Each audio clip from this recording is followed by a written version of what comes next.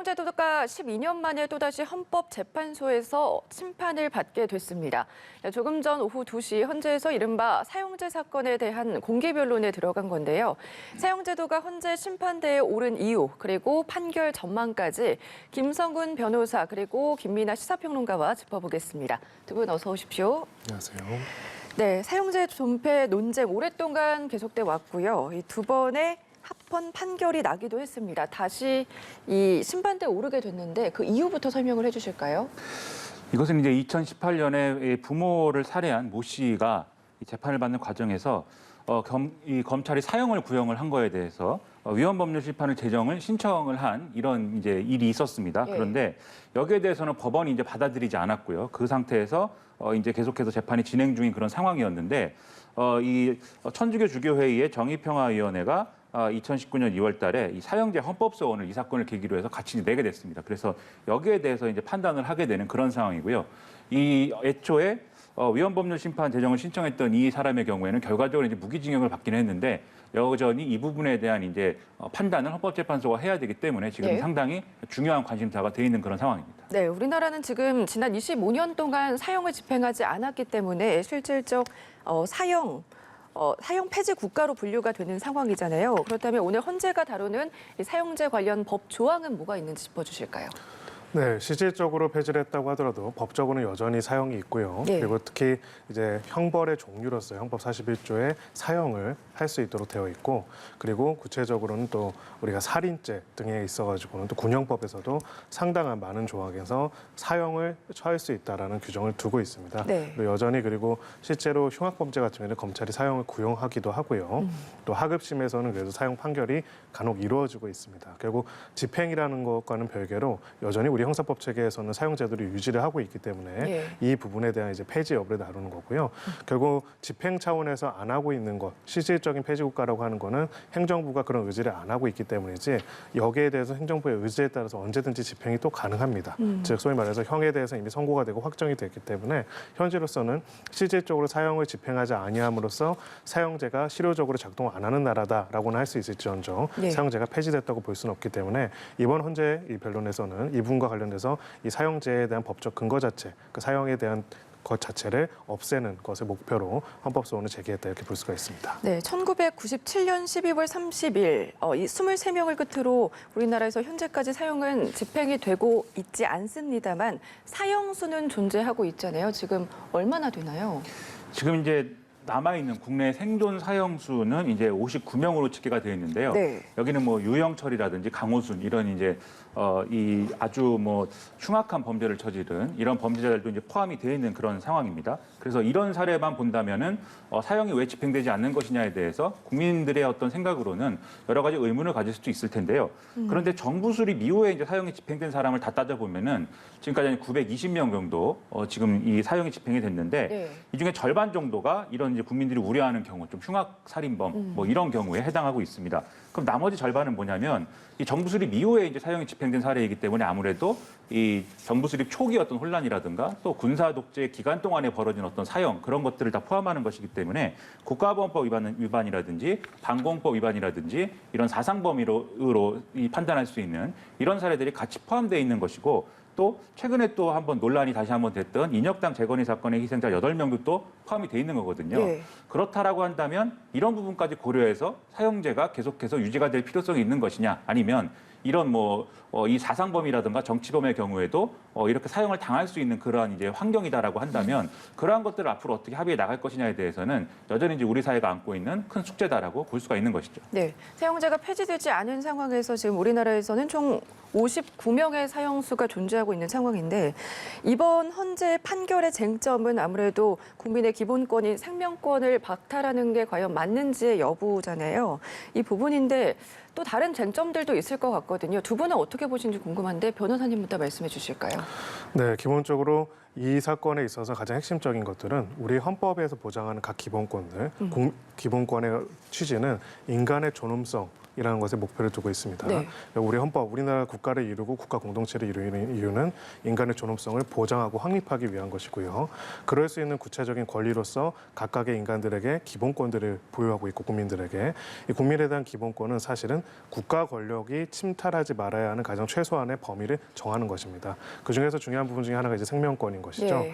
결국 사형제라는 거는 결론적으로 국가 권력이 국민의 생명을 절차적, 제도적으로 뺏을 수 있는가 없는가의 문제가 있습니다. 이 부분과 관련돼서 사형제 폐지론자들은 인간의 존엄성이라는 헌법적인 기반을 바탕으로 생명권을 보호하기 위해서 만들어진 국가가 그 국가 권력으로서 생명을 뺏을 수 없다라는 이론에 입각해가지고 그런 입장에서 사형제 폐지를 주장을 하고 있는 건데요. 네. 하지만 이제 아까 이름들이 연명이 됐죠. 뭐 강호순이라든지 우리 공동체에서 받아들이기 어려울 정도로 극악한 범죄를 저지른 사람들, 많은 사람들의 생명의 다수인 사람들이 뺏은 사람들. 그래서 사실 실질적으로 실무적으로는 사형 판결이 최종적으로 내려지는 경우는 없는데 네. 이 사형 판결이 확정될 정도면 굉장히 극악한 범죄를 저지르는 경우들인데 이런 경우에는 이 국가 공동체, 이 국민들을 보호하기 위해서라도 영구히 격리하고 영구히 처벌하는 형태로서 사형이 필요하지 않냐라는 의견도 있습니다. 결국은 이런 그 사형제도가 가지고 있는 일반 예방적인 효과, 즉 사형제라는 그 형을 둠으로써 이런 극악한 범죄를 예방할 수 있는 효과가 있고 거기에 대한 적법한 응보를 해야 한다. 응보라는 건 이제 형법의 중요한 요소 중에 하나로서 어떤 범죄를 저지르는 사람에서 거기에 상응하는 벌을 주는 건데요. 그런 면에서 필요하다는 입장이 있지만 또 기본적으로는 이번에 이 헌법재판까지 이루어지게 된 거는 국가 공동체 자체가 가지고 있는 기본적인 근거, 거기에 인간의 존엄성과 생명을 보호하는 거기 때문에 그것을 사형이라는 제도를 통해 가지고 예외를 두고 집행하는 것은 국가 권력의 과도한 확장이 아닌가, 그 부분을 제한해야 한다라는 그런 입장이 대립된다 이렇게 볼 수가 있습니다. 네, 사형제를 폐지하는 입장에 대해서 말씀해 주는데 사형제가 얼마나 어떻게 보호할 수 있는지 논증된 바가 없다. 그리고 생명권 박탈 권한을 국가가 갖는 게 맞는지의 여부고요.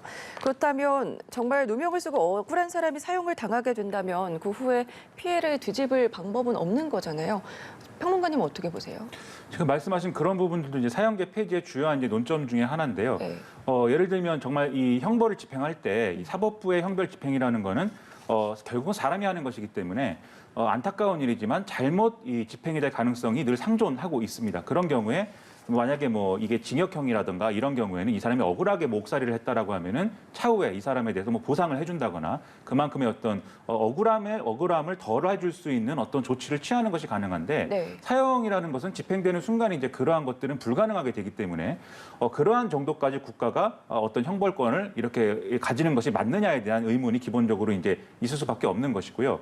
그리고 또 이게 아무래도 사형제가 이 존치돼야 된다고 하는 쪽에서는 이렇게 정말 이제 흉악범이나 살인범 같은 경우에 그러한 범죄를 저질렀을 경우에는 사형을 당할 수가 있다라는 어떤 경계심이 있어야 그래야 좀 이 범죄가 감소하지 않겠느냐 이런 이제 주장도 펴고 있는데 또 사형제 폐지에 이 폐지가 필요하다고 보는 쪽에서는 실질적으로 그러한 것들이 증명된 바가 없다라는 거거든요. 연구 네. 결과나 이런 걸 통해서 사형제가 있는 국가 그리고 없는 국가의 범죄율이라든가 그 실질적인 범죄의 양태 통계나 이런 것들이 비교했을 때 사형제가 있다고 해서 범죄가 뭐 유의미하게 감소를 했다든지 더 강력 범죄가 온건한 범죄로 뭐 이 모습을 바뀌었다든지 그러한 근거는 찾을 수가 없기 때문에 결국은 남는 것은 국가가 너무 과도하게 이제 한 사람의 이제 생명에 대한 권한을 침해하는 이런 권력의 작용만 남는 것이어서 이것은 이제 필요가 없는 거다라는 게 폐지론자들의 주장인 것이죠. 그래서 네. 이번에도 이 법무부 결국 이제 법무부가 여기에 대해서 이제 사형제의 존재 가치에 대해서 이제 논해야 되는데 지금 말씀드린 이러한 논리로 사형제는 필요하다라고 얘기를 하겠지만 이 사형제가 폐지돼야 된다고 하는 쪽에서는 또 이제 말씀드린 그러한 전형적인 반대 논리를 이제 좀 제시하는 것이기 때문에 결국은 같은 쟁점, 같은 주장에 대해서 헌법재판소가 이번에 어떻게 판단하느냐가 상당히 이제 중요한 관심사가 돼 있는 것이죠. 네, 말씀해 주신 대로 법무부의 입장은 지금 특정한 인간의 생명권의 제한이 일반 국민의 생명 보호와 중대한 공익을 지키기 위해서는 불가피할 수도 있다 이런 입장을 보여주고 있는데 헌법재판관 9명 중에 6명 이상의 동의가 나와야지 이번 결정이 나오는 거잖아요. 96년에는 7대 2였고요. 2010년에는 5대 4였습니다. 이번에는 또 일각에서는 위헌 결정이 나오지 않나 이런 전망도 있는데 변호사님은 어떻게 전망하시는지요? 네, 지금까지랑 비교해봤을 때는 위헌 결정이 나올 가능성이 굉장히 높아졌다라고 볼 수가 있습니다. 예. 기본적으로는 이 사형제와 관련된 입장이 역사적으로 계속 좀 변화해온 부분들도 있고요. 그리고 우리가 아까 실질적 사형제 폐지 국가라는 얘기가 나왔죠. 네. 사형을 집행하지 아니한다라는 부분들이 결국 사실 이거는 정치적 결정입니다. 제도적인 게 아니고요. 결국 사형을 구형하고 또 판결을 하고 집행하는 이 과정들에 대한 전체적인 그 의지가 약해진 부분들도 있기 때문에 이 부분과 관련돼서는 또 지금 헌법재판관의 구성 등을 봤을 때는 위헌 판결이 나올 수 있다라는 분석들이 좀 더 있고요.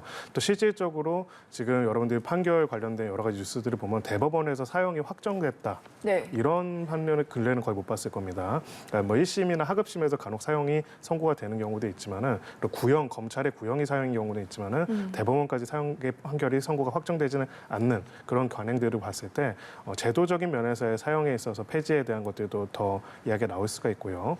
결국 이제 왼쪽과 오른쪽을 비교해 볼 수 있습니다. 논리와 이론 그리고 인권의 가장 기본적인 원칙에 따르자면은 기본적으로 국가가 국민의 생명권을 박탈하는 거는 기본적으로 국가의 권력의 과잉으로 보는 것들이 지금의 헌법적인 기본적인 태도라고 볼 수가 있습니다. 다른 한쪽에는 무엇이 있냐면은 이렇게 함으로써 극악한 범죄를 예방하고 적절하게 응보할 수 있느냐의 것인 건데요. 이분과 관련돼서 그래서 막 법경제학 이런 법경제학자들이 의견도 내고 그러는데 정량적으로 사형제의 존속 혹은 존속하지 아니함으로 인해서 범죄 예방 효과가 얼마나 있는지에 대한 데이터조차 우리나라에서는 제대로 연구가 되지 않았다라는 얘기가 있습니다. 네. 그렇기 때문에 이 두 가지들을 봤을 때 적어도 헌법의 이론적인 부분들이나 생명권 존중이라는 전체적인 측면 그리고 국가 권력에 대한 제한적 입장들이 더 높아지는 상황을 봤을 때는 지금까지보다는 이제 위헌이 판단될 가능성이 굉장히 높아졌다 이렇게 볼 수가 있습니다. 네, 위헌 결정이나 아무래도 폐지가 나오게 된다면 지금 사형수들이 59명 있다고 말씀해 주셨는데 이 부분에 대해서는 소급 적용을 받을 수 있는 건가요? 네, 원칙적으로 사형이라는 것 자체가 이제 그 위헌으로 판단되는 거고 예. 그런 경우에는 그 자체 법률이 위헌이기 때문에 네. 헌법 불합치되는 것들이 아니기 때문에 아니라면은 계속 이제 그 형 자체는 이제 변경이 될 가능성도 있다고 보는데요. 다만 이제 이 부분과 관련돼서는 헌법 불합치 판결을 내리거나 이런 방식을 통해 가지고 기존에 확정된 이제 판결 사안에 대해 가지고는 변동이 없이 하는 방식으로 진행할 수도 있고요. 특히나 이제 헌법 불합치 가능성도 배제할 수 없다라고 보는 이유가 헌법에는 반하지만은 특히 이제 지금 우리나라 무기징역 같은 경우에는 가석방 없는 무기징역이라는 개념이 없습니다. 네. 그러니까 보면은 정말로 극악한 범죄를 저질렀기 때문에 이런 사람들은 영구히 우리 사회에서 격리를 해야 한다라는 사람들이 있는데 이게 지금은 원칙적으로는 가석방도 가능하거든요. 무기징역을 받더라도요. 그래서 이 부분에 대한 제도적인 개선을 같이 담아가지고 일단은 입법부에 법 개정의 구체적인 양상에 넘기는 형태로 결론을 내릴 가능성도 배제할 수 없다 이렇게 생각합니다. 네, 헌재의 결정. 평론가님 어떻게 전망하세요?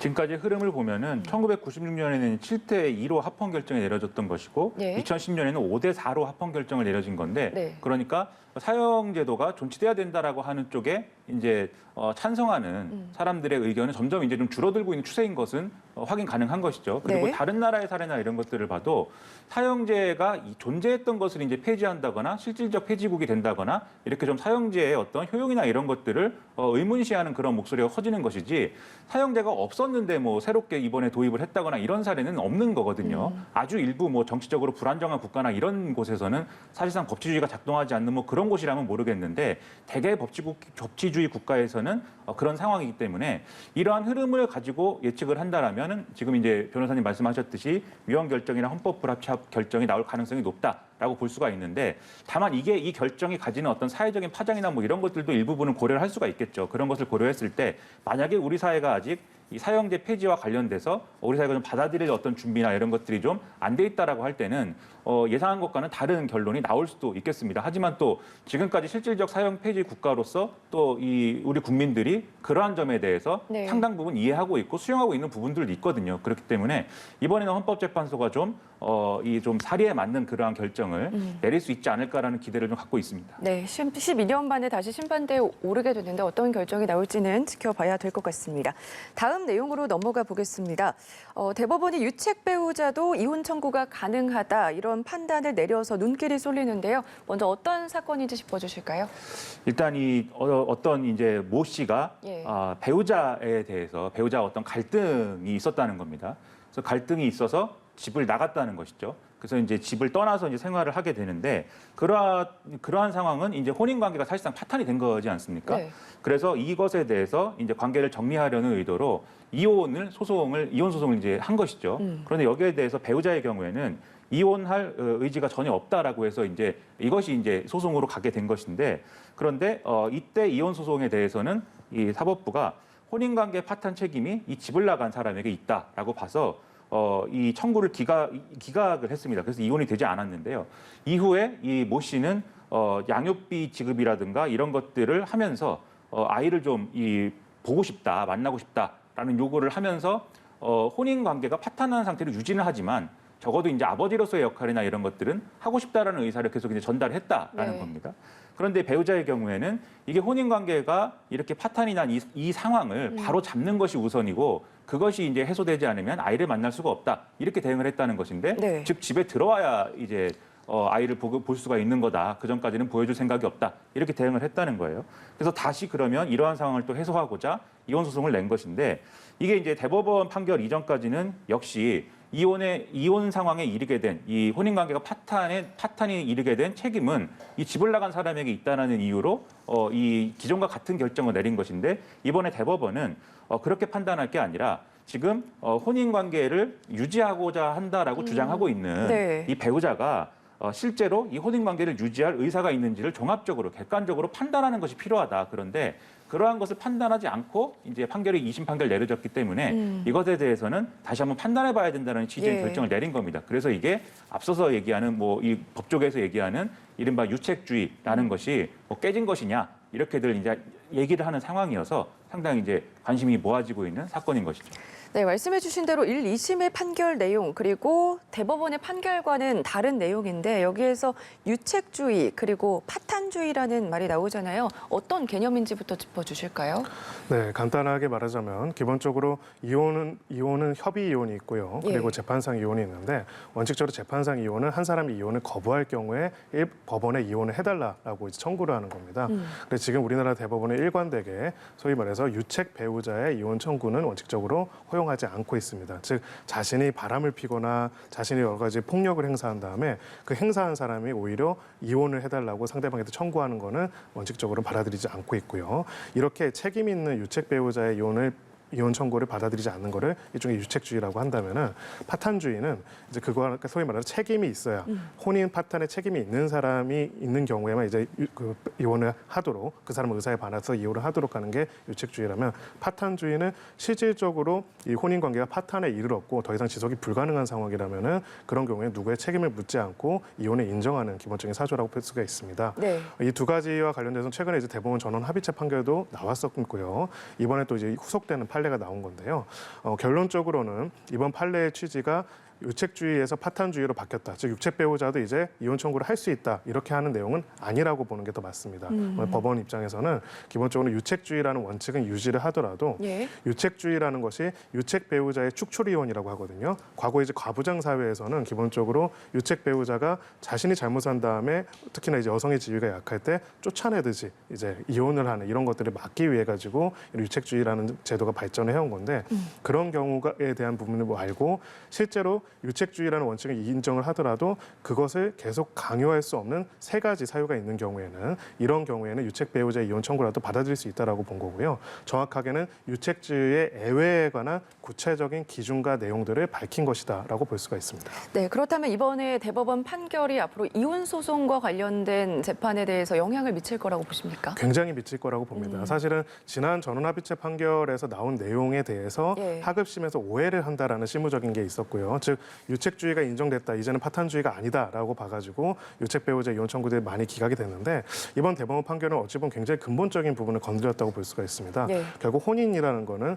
두 배우자가 서로 상호 노력해야 하는 부분들이 있고요. 원칙적으로 유책 배우자의 청구는 인용될 수가 없지만은 그다음에 유책 배우자가 어떤 책임이 있는 일을 저질렀다라고 할지라도 그것을 이혼을 거부하고 나는 혼인을 계속하겠다. 이렇기 때문에 사실 그동안 유책 배우자의 청구를 거부했던 거거든요. 기각했던 거거든요. 네. 근데 그게 혼인 계속 의사가 아니라 혼인 계속의 의사는 없는데 다만 이제 이혼을 안 시켜주고 혼인을 회복할 상황도 없는 상태를 장기간 반복하게 하는 경우에는 그런 경우에는 유책 배우자의 유책성이 약해지고 또 이런 경우에는 상대방 배우자의 혼인 계속 의사가 사실 진정성이 없는 걸로 볼 수도 있다는 점. 그리고 마지막으로는 이런 상황이 장기간 되는 경우에 사건 본인이라고 합니다. 미성년 자녀의 복리에 어떤 영향을 미치는지 점을 고려해가지고 이런 사유가 있는 경우에는 예외적으로 유책 배우자의 이혼 청구를 받아들일 수 있다고 보는 거고요. 이러면서도 또 다만 단서를 붙였습니다. 이것이 파탄주의로의 전면적인 전환처럼 돼가지고 경제적으로나 사회적으로나 책임의 부분에 있어가지고 큰 책임을 진 사람이 지금 잘못을 저지른 사람이 축출 이혼처럼 활용하는 거는 여전히 금지되는 거고 그럴 경우에는 구체적으로 혼인 파탄의 경위와 책임의 정도, 책임 이후의 태도, 그 다음에 각각의 그 경제적인 상황까지도 모두 고려해서 이혼 여부들을 판단해야 한다 이렇게 결정을 내렸습니다. 네, 알겠습니다. 이번에는 양육비 관련된 내용 짚어볼 텐데요. 양육비 이행법 개정안이 시행된 지 1년이 지났고요. 우선은 이 법안 내용부터 짚어주실까요? 그러니까 이 양육비를 줘야 되는데 네. 주지 않는 경우가 이제 많이 있기 때문에 이게 제일 논란이었는데요. 네. 그동안 이제 양육비 이행법이 개정이 되면서 보통 이 양육비를 주기로 이제 한 상황이 있는데 그걸 주지 않았을 경우에는 법원에서 왜냐하면 양육비를 얼마를 줘야 된다라는 것은 법원이 이제 결정을 해서 기록을 남기는 거지 않습니까? 네. 그런데 이게 이행이 안 됐다라고 하면 양육비를 줘라 이행 명령을 하게 돼 있습니다. 그런데 그 이행 명령이 있었음에도 불구하고 양육비를 주지 않았다라고 하면은 거기에 대해서 추가적인 어떤 조치가 있을 수가 있는데 그 중에 하나가 이제 감치 명령을 내리는 경우가 있거든요. 그래서 이 감치 명령이 내려졌고 이게 결정이 됐는데 그럼에도 양육비 지급이 이행되지 않았을 경우에 대해서 이 양육비 이행법 개정안은 추가적인 어떤 그런 이 또 조치를 추가로 취할 수 있게 해놓은 거예요. 그래서 그 중에 운전면허 정지라든가 그다음에 명단을 공개한다든가 또 출국 금지를 한다든가 이런 것들이 포함돼 있고 네. 또 1년 이하 징역 1천만 원 이하의 이런 이제 또 처벌을 할 수 있도록 돼 있는 이런 것이기 때문에 양육비를 지급하지 않았을 경우에 의도적으로 계속 지급하지 않았을 경우에 받게 되는 불이익이 상당히 커져 있는 상황이다라는 게 이 양육비 이행법 개정안인데 네. 최근에 이제 언론 보도나 이런 것들은 시행한 지 1년이 됐는데 이게 실질적으로 어떤 효과가 있었던 것이냐, 실효성이 있었던 것이냐, 어떤 부분에서 효과가 있었고 어떤 부분에서 미흡했던 것이냐 이게 좀 따져보자 이런 목소리들이 나오고 있어서 또 이제 관심이 되고 있는 겁니다. 네, 감치 명령에 대해서 조금 전에 언급을 해주셨는데 이게 문턱 자체가 너무 높다 보니까 실효성이 떨어진다 이런 주장인 거잖아요. 이 내용 짚어주실까요? 네, 그렇습니다. 기본적으로 이제 사람에게 어떤 처벌을 가하는 데 있어서 가장 높은 수준의 처벌은 아까 우리가 이야기했던 사형이라면요. 예. 그 다음이 사실 인신 구속입니다. 그래가지고 사실 여러 가지 형사적인 범죄를 저지른 경우에도 초범이거나 아주 중한 경우가 아닌 경우에는 불구속 상태에서 재판을 받거나 아니면 유죄 확정 판결을 받아도 집행유예가 나오는 경우가 굉장히 많죠. 이런 부분에서 이렇게 판단을 끌고 이런 기본적인 양형 기준을 가지고 있는 법원이 봤을 때는 양육비 미이행이라는 것이 아주 잘못되고 비판의 여지는 있다고 할지라도 이거를 마치 형사적으로 인신을 구속하듯이 감치명령이라는 건 말 그대로 이제 감치라고 해서 구속하는 거나 마찬가지거든요. 그렇게 하는 거에 대해서 굉장히 좀 문턱을 법관들도 스스로 높게 느끼고 있고요. 그래서 실제로 이제 양육비 미행으로 이런 법적 절차가 진행되더라도 감치 명령이 내려지는 건 굉장히 낮습니다. 즉 감치 명령 자체로서 양육비를 받아내는 것이 아니라 거기에 대한 어떤 징벌적인 부분이 있는데 네. 기존의 형사 절차에서 웬만하면 인신 구속에 있어서 굉장히 조심스러워하는 사법부의 기본적인 태도를 봤을 때 결국 감치 명령이 실효적으로 있기는 하지만 작동을 안 하고 있는 것이죠. 그래서 이제 이런 방식이 아닌 다른 방식으로서 어떻게 양육비 이행을 확보할 것인지 특히나 중요한 거는 양육비 이행을 안 하고 잠적하는 사람들에 대한 처벌이나 제재도 중요한데 네. 결과적으로는 양육비 이행에 관해서 미성년 자녀들의 복리를 도와줄 수 있도록 확보할 수 있는 수단이 필요하거든요. 그래서 이게 대선 때는 굉장히 공약으로 다 서로 내놨던 것이 뭐냐면은 바로 국가가 양육비를 먼저 지급하고 구상권 행사해서 국가가 이 사람들한테 받아낸다라는 개념이었습니다. 네. 이런 식의 어떤 구체적인 방안이 없는 상황에서는 지금과 같이 미이행자에 대한 제재만으로는 굉장히 한계가 많은 그런 상황이라고 볼 수 있습니다. 알겠습니다. 끝으로 이 사건까지 짚어보겠습니다. 옵티머스 사태 관련 혐의를 받은 김재현 옵티머스 대표가 징역 40년을 확정을 받았습니다. 1심에서는 징역 25년을 구형을 받았는데 형량이 크게 늘어났어요. 네, 이 내용 짚어주실까요?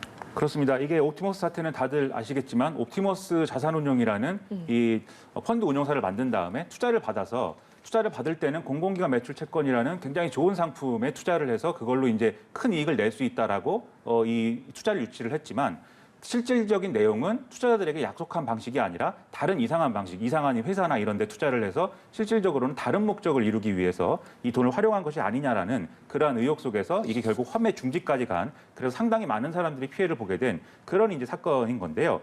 그런데 1심에서는 25년인데 왜 이제 이게 40년으로 이제 형이 늘었냐에 대해서는 네. 이 범죄의 시점 이런 거를 판단을 하고 있습니다. 그래서 이 김재현 대표라는 사람이 이 옵티머스 사태 관련돼서 2017년 6월 이후에 이제 직접적으로 관여를 했기 때문에 그 이전까지 이루어진 이런 뭐 펀드 모집이나 이런 거에 대해서는 이 사람에게는 책임을 물을 수 없다라는 게 앞서 징역 25년이 이제 나온 근거였거든요. 그런데 이것과 관련돼서 추가로 이제 드러난 사실관계나 이런 걸 파악을 해보면 2017년 6월 이전에도 이 김재현 대표는 여러 가지 이메일이라든가 이런 걸 통해서 직원들과 소통을 하면서 실질적으로 이 회사를 지배하는 역할을 하고 있었기 때문에 그 이전에 일어난 범죄에 대해서도 책임을 물어야 된다라는 판단이 있는 것이고 그렇게 되면 이제 범죄 액수라든가 이런 것들이 더 커지겠죠. 그에 따라서 이제 징역 40년으로 징역이 이 형량이 올라간 것이다. 이렇게 지금 해석이 되고 있습니다. 네, 변호사님께서는 이번에 판결 내용 어떻게 보셨습니까? 아주 정당한 판결이라고 생각을 합니다. 사실은 그동안에 이제 이렇게 다수의 피해자를 양산한 거액의 금융 사기 사건에 대해서 우리나라 형이 너무 낮다라는 분석이 많이 있었습니다. 네.